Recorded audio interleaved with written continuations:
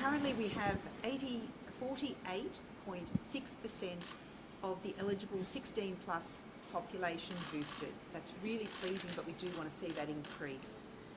We've got over 95% of people aged 16 plus have had one dose, and 94.1% have had the 2 doses. We continue to see a slow uptick in the children in that 5 to 11-year-old age group, so again urge parents to come forward with both their 5 to 11-year-olds and their 12 to 15-year-olds, which is sitting at 83.4% have had their first dose. As the Premier has indicated, it is pleasing to see that the decline in hospitalisation and ICU admissions, and we're hoping that that trend continues.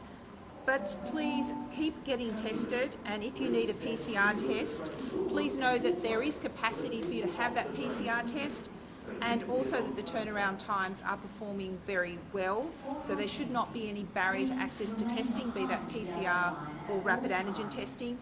And if you've had a positive rapid antigen test, please register it on the Service New South Wales site. Not everyone may be able to navigate that site, they might not have access to computers, so please be aware that there is a call number 137788 that can assist people register those RAT test positives. Now, the reason I'm so keen for people to get diagnosed and for people to get connect is because I need them to be connected to care. There are treatments and therapies that will benefit some people. We also want to make sure that people are aware of what the signs of deterioration are, and so can I just encourage everyone to continue to get tested, continue to isolate if you're positive, but also most importantly get connected to care and escalate any concerns you have. We currently have 2,068 people in hospital and 132 in ICU, 61 who are ventilated.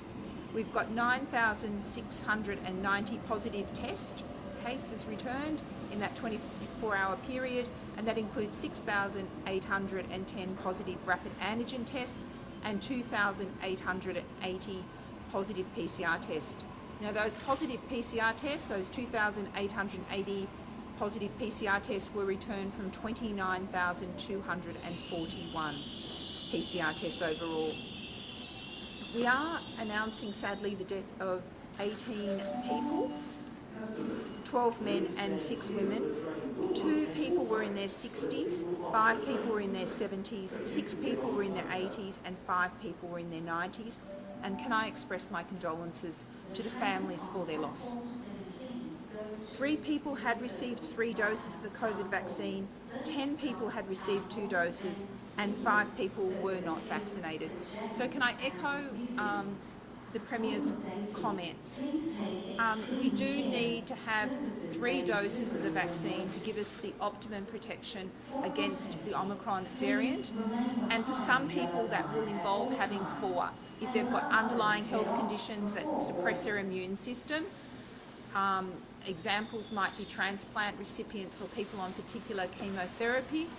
So please do not consider that you've completed the journey with vaccination at the moment until you've had 3 for the majority or 4 for those with underlying health conditions.